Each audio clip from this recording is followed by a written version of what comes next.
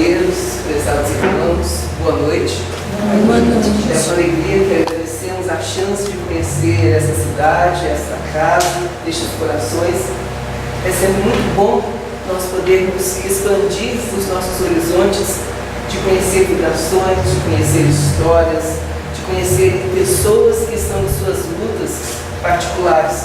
E o que nos une todos nós aqui nessa noite é na luta por algo que já há tempo temos ouvido, mas muito pouco sentido, que é o Evangelho do Mestre, que vem sendo ressoado, que vem sendo trazido, mas nunca nós entendemos, percebemos e nos devotamos a Ele como nos tempos de agora. E é Ele que vai ser o motivo de toda a reflexão nossa desta noite. É Ele que vai ser o nosso norteio para o alcance, para a conquista e para a renovação tão sonhada que temos, que é de trazer uma vida nova nesta vida velha que a terra sempre nos traz. Que Deus nos guarde e que faça desse momento um momento especial em nossas trajetórias particulares de fé. Que Deus nos guarde. Conta a própria biologia, nos estudos que são feitos, os animais que se encontram aí na natureza, animais este animal que eu vou citar aqui hoje, que é muito conhecido por ser muito simbólico, por algumas qualidades que são próprias desta espécie, mas o que essa espécie faz, acredito eu, não se estende a todas as outras, é que tem um hábito muito particular. A águia, ela em média, vive em torno de 70 a 80 anos de vida. É um pássaro que tem uma vida muito longa, comparado aos pássaros comuns. Só que quando ele vai chegando na melhor idade, olhem só, a melhor idade para nós aqui é a mesma melhor idade para a águia. Quando chega aos 40 anos, ele pega, se esconde num grande paredão, fica ali escondidinho em reserva e começa a viver um processo doloroso de renúncia, de renovação, para retornar depois de 5 ou 6 meses em uma outra conjuntura, para fazer as mesmas coisas, só que de uma outra forma. A águia, essa espécie em particular, em qual estudamos e vimos algumas reportagens sobre, ela tem o costume de, quando chega na sua 4ª década, se isola num grande paredão e começa a fazer o seguinte processo. O seu bico está grande e encurvado. Ela começa a bater na pedra, bate, até que o seu bico cai. E uma vez que esse bico velho cai, começa a se reconstituir um outro novo. Passa um tempinho, esse bico se retoma e ela então começa a arrancar toda a sua plumagem. Aquelas penas que já estão velhas, tira todas. Fica quase que totalmente com nova plumagem, renovada nessas penas. Passa essa segunda parte, ela vai para a terceira e mais dolorosa de todas elas. Quando ela pega com o seu bico novo, já crescido, a plumagem ali em franco crescimento, as novas penas com mais novas, mais qualidade, com maior vigor, ela vai com o seu bico e tira as garras de seus pés, uma a uma, porque essas garras também estão grandes e não permite que em suas caças, para que pudesse saciar a sua fome, ela não consegue prender a sua presa por essas garras, já não está numa angulação, num comprimento que seja adequado. E ela então tira uma a uma e passado esses 5 meses, 6 meses, ela tem um bico novo, novas penas e novas garras. E retorna à sua vida e vive por mais 30 ou 40 anos em média. Por que que essa ave, que já é simbólica pela força, pelo seu dinamismo, pela sua visão aguçada, vem trazer a nós a abertura da nossa conversa para a noite de hoje? Porque o que aqui vamos propor é que a gente pense, e convidativo à época, que não deveria ser restrita a esta época do ano, mas em todo e qualquer momento da vida, é sobre a renovação. O que será o que ele nos vai? O que será que é proposto? E como nós poderemos retirar do Evangelho todas as estruturas necessárias para que a gente consiga viver esse processo que exige muita coragem. Muita coragem. A primeira coisa que nós evocamos aqui nessa noite é a presença da vontade. Essa força da alma que, segundo Emmanuel, num pequenino livro que é pouco estudado, mas que é de uma grandeza espetacular, que se chama Pensamento e Vida, no seu segundo capítulo, ele nos ensina que a vontade dá uma força da alma. Não tem quem não a tenha. Todos nós possuímos. Mas só que algumas vezes a gente fala e vê e percebe: nossa, eu estou sem uma vontade, estou sem vontade de fazer nada. Isso pode existir em partes, porque como se é uma força da alma, não tem como nós bloquearmos. Todos temos. O que nós podemos fazer com esta força que mina aqui nessa nossa projeção na Terra é quanto a que direcionamento nós vamos dar. Quer ver que eu vou dar um exemplo para não ficar muito filosófico e a gente poder entender? Todos nós temos vontade, mas só que a gente pode usar essa vontade, essa força, para coisas melhores ou para escolhas que não são tão felizes. Daí Emmanuel explica isso como se fosse um grande departamento e os seus subdepartamentos, as suas classes, que existe um departamento, uma subclasse, que é alimentado por essa vontade, como por exemplo da imaginação, o nosso poder criativo. Só que se essa vontade ela não é doutrinada, ela não está convertida a coisas novas, para elevação espiritual, ela verte, só que como não tem um bom norteio, ela se torna fazendo o campo da imaginação para coisas inferiores. Por exemplo, eu fico na minha casa quebrando a pestana para descobrir uma forma de fazer dinheiro falso. Eu quero fazer uma casa da moeda na minha casa, tá? Uma mini fábrica de dinheiro. Assim, vou lá, estabeleço tal. Como nós temos esse departamento da criatividade, existe a vontade. Quando ela não é bem direcionada, ela pode gerar processos criativos da maior grandeza, mas só que utilizadas para coisas que não são elevadas. Daí eu utilizo toda essa força, sou inspirado pelos mesmos que vivem nessa mesma condição e vou e fabrico dinheiro que pouquíssimas pessoas conseguem detectar. E são coisas que a gente vê muito frequentemente, né? Ou então, eu posso utilizar dessa mesma energia, dessa mesma força e enquadrá-la no Evangelho. E enquadrá-la com o bem, trazê-la sem mácula, porque ela por si só é uma força. Ela vai agregar qualificação, ela vai ter algum atributo de acordo com que nós envolvemos essa força. Eu pego e falo assim: não, eu vou utilizar essa vontade para a construção do bem, para a minha renovação. Eu vou utilizar essa vontade no meu processo de imaginação e ver um problema muito complicado na minha vida, utilizar a imaginação, o meu poder criativo e encontrar um caminho que poucos aqui na Terra poderiam encontrar. Ou então, eu posso trazer as elevações que tem do alto através da imaginação, nesse processo criativo, como por exemplo, pela arte pintada, pelas obras de arte, pela música, pela poesia. E a gente vai construindo, vai fazendo uma série de coisas. E daí, os grandes seres nesse departamento da imaginação, quando acessam, traz coisas belíssimas aqui na Terra. Se podemos abrir um adendo só para citar um exemplo, é Frédéric Chopin, que trouxe partituras aqui da música clássica belíssima, e quando chegou lá no plano espiritual, e ele foi encontrar e teve o acesso ao que era a música celestial, ele veio pessoalmente, através da médium Ivone do Amaral Pereira, pedir desculpas ao que trouxe aqui na Terra, que foi uma das músicas mais capacitadas em termos de elevação até hoje aqui, dizendo que o que ele trouxe não chegava aos pés do que se encontrava no outro plano. Imaginem só as músicas nos aguarda quando a gente desencarnar, e se caso não tivermos a chance de poder acessar a isso. E só para encerrar a parte que se diz a Chopin, ele fala que retornaria neste novo século, ao que tudo indica, trazendo a música de uma outra forma, a terapia através da música.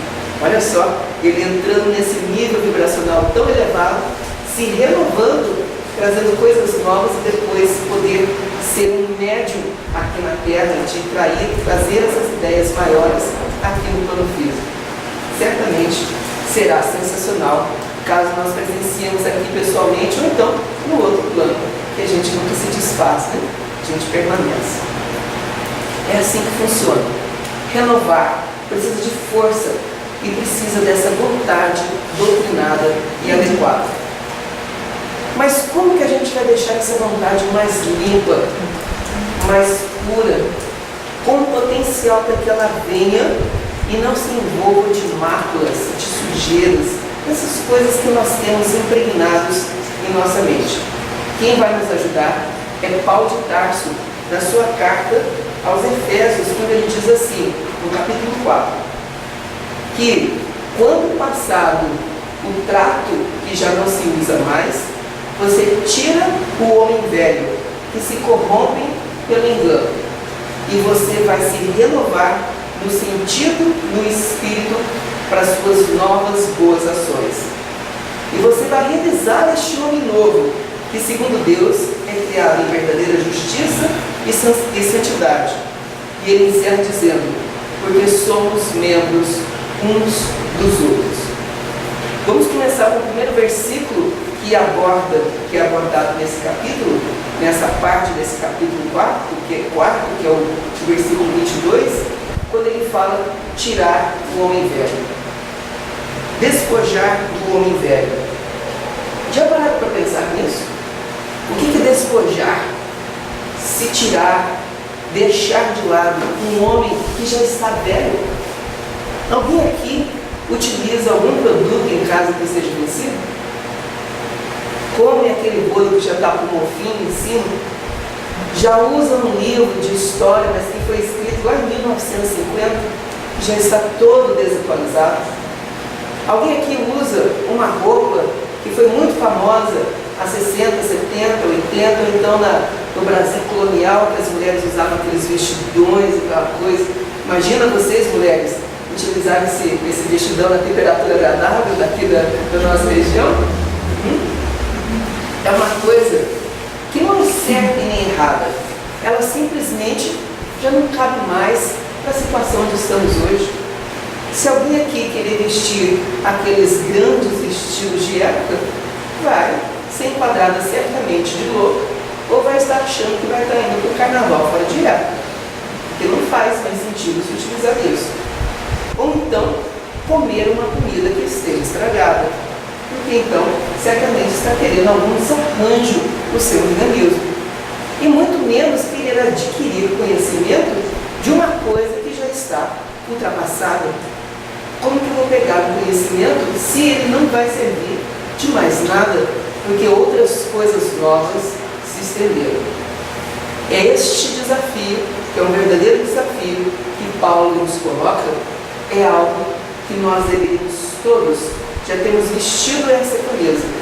Porque, queiram ou não, meus amigos, nós hoje temos um cárcere, uma prisão nesse planeta, que nós mesmos temos a chave, abrimos a porta e nos inserimos nele, e nós que guardamos essa chave. Nós cuidamos da nossa prisão e tiramos o pó, fazemos toda a guarda, porque essa prisão ao qual nós colocamos, e que ninguém impõe a gente, somos nós mesmos que nos colocamos, é a prisão do condicionamento. Quando nós condicionamos a nossa mente e, como consequência, nós cristalizamos a nossa forma de viver, de pensar, de agir, de falar, em todas as coisas cristalizamos. Que exemplos nós poderíamos dar de cristalização mental e que é muito comum hoje em nossos companheiros, entre todos nós, e que impede esse processo renovativo, de renovação. Alguns exemplos simples, mas muito usuais. Eu tenho este negócio já faz 20, 30 anos. Isso aqui é uma relíquia de família. Que era da minha avó, que passou para a bisavó, que passou para a mãe, que passou para a irmã, e agora tem isso aqui. Isso é meu. Isso é meu. E eu guardo com todo carinho. E há disso se quebrar. Ou então, nesse processo de cristalização, nós temos uma carta, seja ela boa ou com conteúdo mais negativo, de 20, 30, 40 anos atrás, e lê essa carta e aproveita de toda aquela vibração que foi desse tempo e traz essa vibração. Olha essa carta aqui. Essa carta me traz tantas emoções, como diria o Roberto Carlos, né? São tantas emoções, me traz tantos sentimentos, e eu fico aqui com essa carta. Ou então, essa aqui talvez seja mais comum, né? Quando a gente está em casa, todo mundo tem às vezes o costume de falar, essa canequinha é minha. Ninguém pega essa canequinha, que essa canequinha é relíquia, eu ganhei de uma pessoa especial, numa ocasião especial. Este lugar aqui, só eu que assento. Ninguém mais pode sentar, que é o meu lugar cativo. É uma síndrome de nós queremos cristalizar as coisas e não permitir qualquer tipo de modificação. E Paulo deixa claro, deixa o homem velho para trás e se vista de um homem novo. E são diversos níveis de homens velhos e homens novos. Estamos aqui todos, cada um com uma roupa que está meio agarrada e uma roupa que está sendo oferecida. Cada um na sua condição, no seu nível, em que nós precisamos colocar dinamismo. Sabe quem que pode explicar isso um pouco melhor para a gente? É Leon Denis, quando ele na sua forma poética explica os estados de consciência no mineral, no vegetal, no mineral, no animal e no hominal, e onde fala assim, as diversas formas da energia brotar. Só que a gente está aqui no hominal, somos almas com individualidade, somos dotados de livre-arbítrio, a oportunidade de escolher, temos consciência, em parte, de toda uma realidade espiritual, e a gente quer viver, às vezes, como uma planta, quer crescer, mas só que aqui, naquele lugar. Eu não quero ir para outro lugar, fica ali estático. Ou seja, será que nós, numa era onde nós temos internet, numa era onde nós temos carros com mais segurança e com que nos dá uma capacidade de deslocamento, avião, televisão, será que o nosso sentido hoje é se enclausurar em um só local e com apenas um ciclo de pessoas? Tem pessoas que às vezes alguma pessoa muito querida se afasta, perde o chão. A vida está convidando a ela a um novo ciclo, a uma renovação, mas quer estar sempre com as mesmas pessoas. E ainda dá uma fachada linda e até doutrinariamente correta, dizendo que está envolvida de amor. Mas eu tenho muito amor pela pessoa. E Emmanuel nos deixa muito claro que o amor sincero e o amor, um dos amores mais sublimes que nós conseguimos ainda alcançar aqui nessa terra, é de o amar sem ter a necessidade de ter o outro ao nosso lado.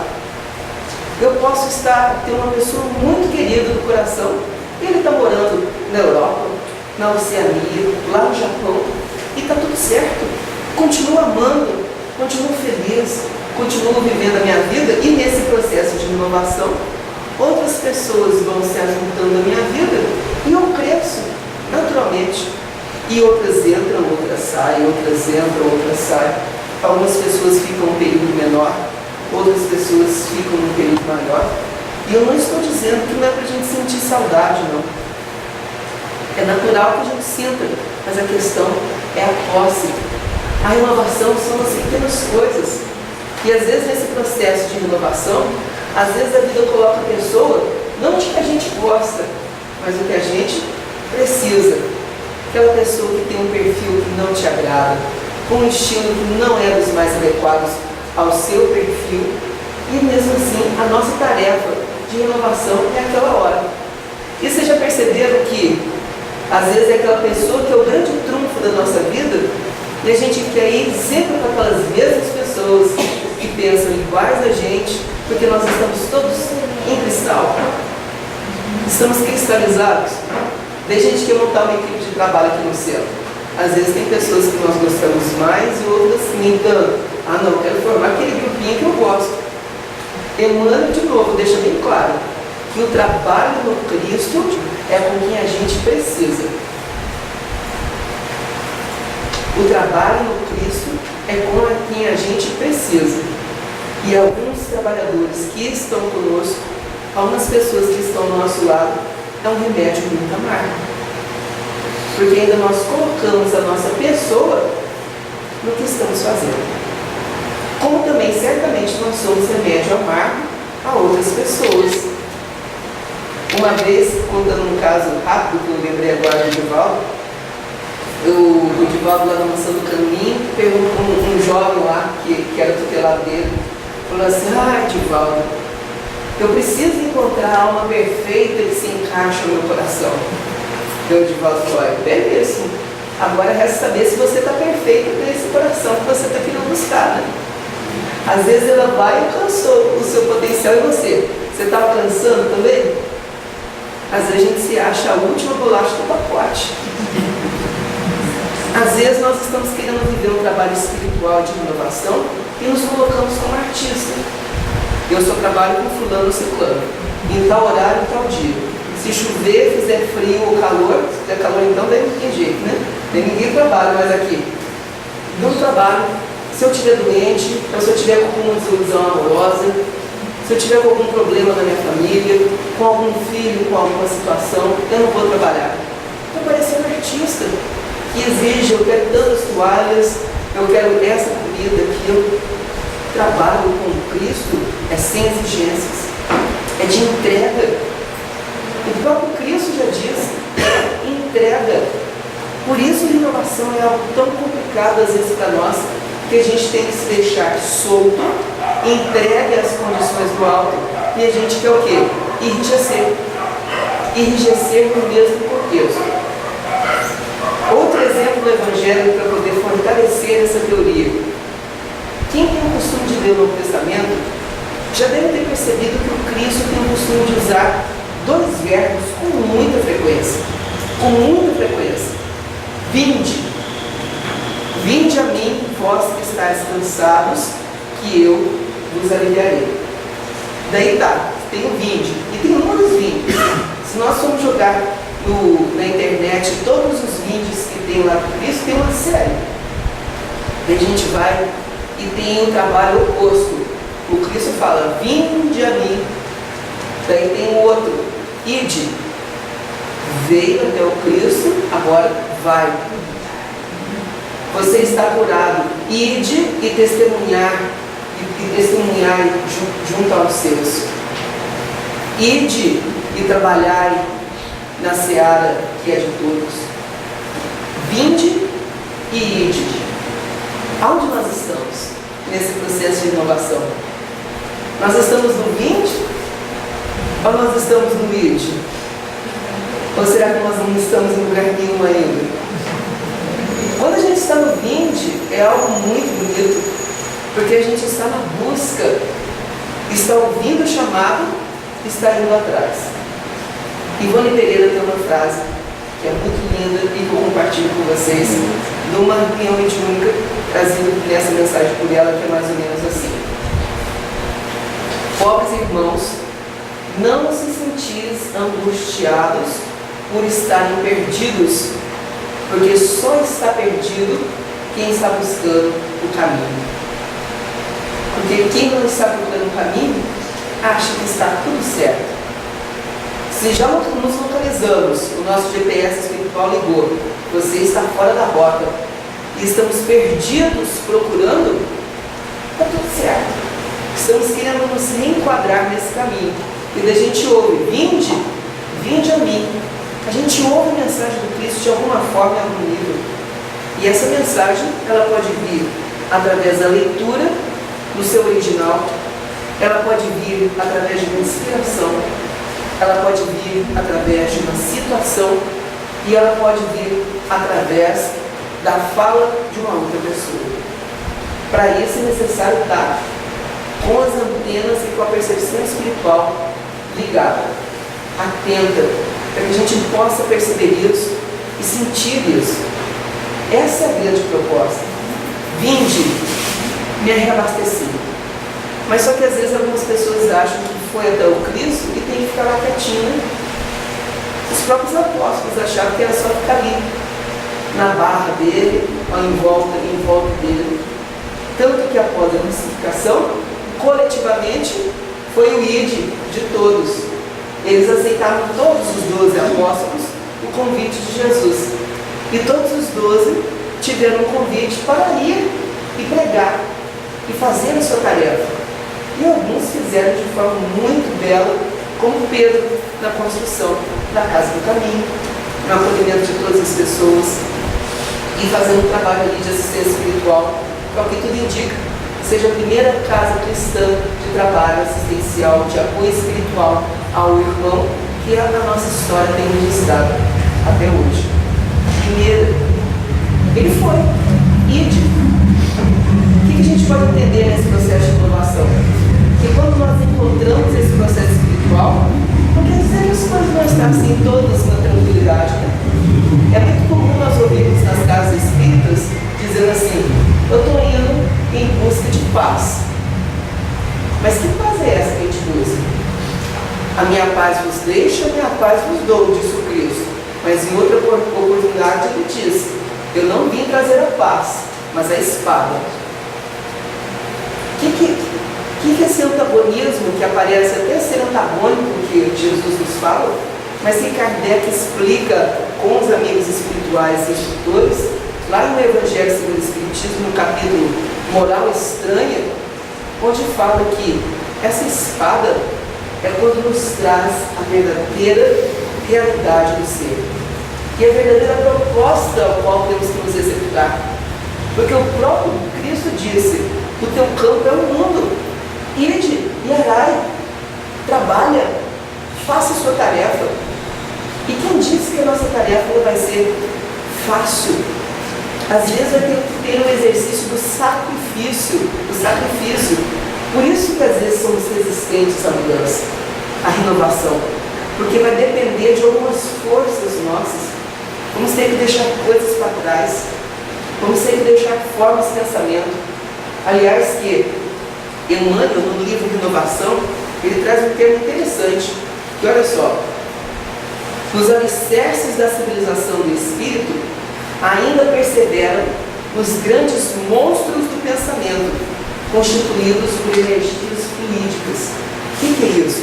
O livro é Renovação, capítulo 30, tá? De Emmanuel. Que às vezes nós construímos filhos em forma de pensamento. E enquanto alimentarmos esses filhos, eles estarão vivos. E quanto mais força nós dermos a esses monstrinhos que criamos, mais é o campo de ação que ele tem. E daí nós contaminamos todo o local onde estamos. Por que é bom estar aqui? Vocês já pararam para pensar alguma vez por que é tão bom estar aqui nessa casa? Vibração amena, acolhedora, singela. Por que será que é bom? Por que nós saímos de nossas casas para vir coletar dessa vibração aqui nessa casa? Pararam para pensar? Alguém aqui entra por essa porta pensando em fazer algum mal? Alguém aqui vem para arquitetar algum crime, alguma quebra da lei espiritual? Por mais que todos nós tenhamos as mazelas e as lacunas em termos de moralidade, nós só entramos por aquela porta que simbolicamente ainda tem um degrau, ou seja, nós temos que sair do padrão e entrar num outro padrão, para que nós pudéssemos coletar coisas espirituais que na nossa vida cotidiana nós não encontramos. Porque todos que vêm aqui é para coletar bênçãos espirituais. Em um local onde todos que vêm aqui para se construir o bem e a renovação espiritual, é claro que essa mesma energia, essa mesma força e essa mesma potência vai estar impregnada por todos os cantos. Por isso que estamos e por isso que é tão bom. É possível levar isso além daquela porta? É claro. Viva isso. Façamos a manutenção. Ah, mas tem hora que cai. Eu sou vagalume, tem hora que a minha luz está acesa e tem hora que a minha luz está apagada. Não importa. Por isso que essa porta se abre todas as semanas. Faça a sua manutenção. Retorne. E se você não pode fazer a manutenção aqui, que façamos em nossa casa, no recolhimento, na oração, na proposta do bem. Porque Martins Peralva, estudando Emmanuel, ele nos dá 3 sugestões para como a gente já se coloca no processo de renovação. Já viveu no processo assim de renovação. Guardem só os 3. Primeiro, estudo. Não tem como se renovarmos ideias se não tivermos ideias novas. E tem gente, a nossa mente é tão danada, mas ela é tão danada que a gente pensa que está fazendo renovação, mas na verdade está vivendo as mesmas coisas ou só passando por algumas situações. Tem gente que pega e fala assim: ah, não, eu consegui tal título, eu fiz tal curso, agora eu estou diferente. Bobagem. Bobagem. Se não teve aplicabilidade, se fez aquilo apenas no contexto do papel, absolutamente nada. Ou então tem gente que vai e está ficando mais velho, está tomando uma outra idade, está tendo a transição da idade. Ah, agora eu estou vivendo uma etapa nova. O corpo sim, às vezes a gente não. E a gente não tem a tal da síndrome do Peter Pan, tem gente que tem 40, 50, 60 anos e quer viver como um jovenzinho, um corpo de 15, 20, 25 anos. Fazer coisas que são permissíveis a um jovem, mas que não se enquadra mais a uma pessoa de uma idade que tem experiências que permitem atitudes mais adequadas.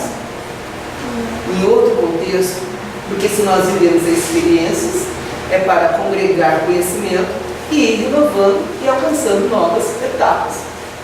Daí tem gente que está lá numa idade, lá na frente, e quer trazer coisas de uma idade que não é mais compatível. E vive a ilusão da idade. Porque às vezes tem algumas pessoas que têm costume assim: nossa, eu estou tão velho. Ah, mas eu sou muito novinho. O que a gente pode identificar isso? Zero de inovação. Porque está interligando e projetando toda a sua força no quê? Na matéria. Eu sou novo, eu sou velho. Bem, o meu corpo até pode ser. Agora imagina eu, Eduardo, nessa história milenar que eu tenho, de muitas encarnações, e que todos nós temos. Eu estou velho, eu estou novo. Isso é dar mais força à vida na matéria. Temos que nos libertar disso. Renova, descristaliza, porque isso aqui é um recursinho que a vida utiliza para que a gente então se projete as coisas novas. Não estamos nem velhos, nem novos, estamos vivendo experiências aqui na Terra. Não sabemos por mais quanto tempo, porque independente se nós temos aqui pessoas de 15, 20, 30 anos e pessoas com mais idade, isso não quer dizer que uns vão morrer, desencarnar mais cedo e outros mais tarde. Não sabemos o que nos guarda os destinos. Só sabemos que temos que viver. E nessa projeção de estudos, nós vamos enquadrando novas ideias e dando vazão a ela em nossa vida, fazendo novas coisas, trazendo novas formas, um novo colorido. Essa é a proposta que o Martins Peralva faz na sua primeira. E ele dá uma seguinte sugestão ainda, que o Leon Denis fala muito semelhante no seu livro Depois da Morte, que ele fala que nós não deveríamos passar um só dia de nossa vida sem estudar uma página que nos eleve espiritualmente, que nos traga alguma força. A segunda tarefa de renovação é o trabalho. E se nós temos novas ideias, nós temos que nos enquadrar em novas ações. E em trabalhos em todos os níveis. Porque algumas pessoas separam vida espiritual e vida material. Como se a vida no trabalho, a vida na lida de casa, não fosse uma vida espiritual. Tanto quanto faça dela espiritual e assim ela também será. E por fim, ele nos sugere que é a meditação. É fundamental que nós, em algum momento de nosso dia, passemos um tempinho em silêncio, e não só da boca, mas buscando uma mente um pouquinho mais disciplinada, orando. Que se ore, que se medite um pouco e tente fazer esse silêncio. Isso tudo às vezes parece poético, difícil e distante, mas encerramos esse nosso encontro com um exemplo que foi trazido por Humberto de Campos, no seu livro Boa Nova, e que ela reúne todas essas coisas: meditação, trabalho, vontade, busca em outras coisas mais elevadas. E olha que a renovação dela não foi nada fácil. A história dela é muito conhecida em nosso meio, mas nunca é demais nós relembrarmos o quadro da mulher chamada Joana, da cidade de Cusa, onde ela ouviu falar de um homem que dizia coisas extraordinárias. Joana de Cusa ouviu falar de Jesus e ela ficou muito interessada em conhecê-lo. Mas algumas coisas impediam que ela pudesse fazer esse movimento. Percebam que o processo de renovação é sempre e exige posicionamento e sacrifício. Porque ela era esposa de um político de alto escalão. E ela sair, uma mulher, naqueles tempos do cristianismo primitivo, naqueles tempos em que o mundo passava, e ir até Jesus, um homem que a maioria estava achando que estava pregando a diaconia, que era bruxo, coisa do tipo, e isso era quase uma loucura, mas ela foi. Encontrou um dia com uma forma mais apropriada e foi em busca de Jesus. E ao encontrá-lo, conseguiu trocar algumas palavras com ele, e que Humberto de Campos traz ela literalmente nesse seu livro, Boa Nova, em que nós resumimos assim: Jesus, estou encantada com os seus ensinamentos, mas na realidade onde vivo hoje é impossível eu fazer a prática do que o Senhor ensina. Eu hoje, Senhor Jesus, se o Senhor autorizar, eu largo a minha família, largo meu marido e vou seguir com você, pregando junto com você, ouvindo e fazendo esse trabalho. Jesus, num longo diálogo, resume, vou resumir para vocês, os dizeres dele, que foram mais ou menos o seguinte: minha filha, que você pregue, mas não pregue junto comigo. Pregue em sua casa, junto ao seu marido, que ainda não é capaz de absorver as verdades que vêm do alto. Pregue com o mesmo amor e com a mesma sinceridade ao qual você está se posicionando como entrega aqui de sua vida. Faça isso, Joana. Faça isso e você encontrará um destino especial para a sua vida. Ela retornou, não tanto um pouco frustrada, mas muito consolada com aquelas mensagens, com aquele conselho de Jesus. Ao retornar à casa, fez um propósito: que amaria o seu marido com todas as forças, entenderia que ele estava numa condição espiritual mais atrasada, mais embrutecida e que não permitia a absorção desse processo. Ela sim estava com a alma renovada, mas aquele ser ainda não tinha campo fértil a essas novas ideias. E começou a viver. Viveu com seu marido mais suavemente, mas nunca deixou um só dia de buscar e lembrar das mensagens daquele que ela fez com o seu mestre. Passam-se os anos, ela tem um filho, e esse filho vai crescendo. Só que, devido ao grande esforço que aquele trabalho exigia, em um determinado momento, o seu marido morreu num ataque fulminante e deixou ela e o seu filho, ainda pequeno, em situação de grande miséria, porque o que o marido congregou em termos de dinheiro foi todo trazido de uma forma não adequada, e o próprio Estado foi retirando aquele dinheiro, aquelas grandes posses que aquela família tinha. E eis que então, Joana de Cusa e o seu pequeno filho se vê na mais absoluta miséria. E ela se coloca à disposição da comunidade para fazer faxina, fazer limpezas, para arejar e harmonizar o ambiente ao que estava enquadrado. E fez isso, ano a ano, dia após dia, com muita alegria. E em cada nova alvorada, ela sempre lembrava do seu encontro com Jesus. Passam-se alguns anos. Cada vez mais o movimento ante as ideias do Cristo se faziam mais fortes. A situação, de fato, era complicada no meio planetário naquele tempo. Se o recurso e o investimento foi muito alto, as trevas igualmente tentaram infligir aquilo de alguma forma e exigiu que algumas almas se colocassem em posição de testemunho.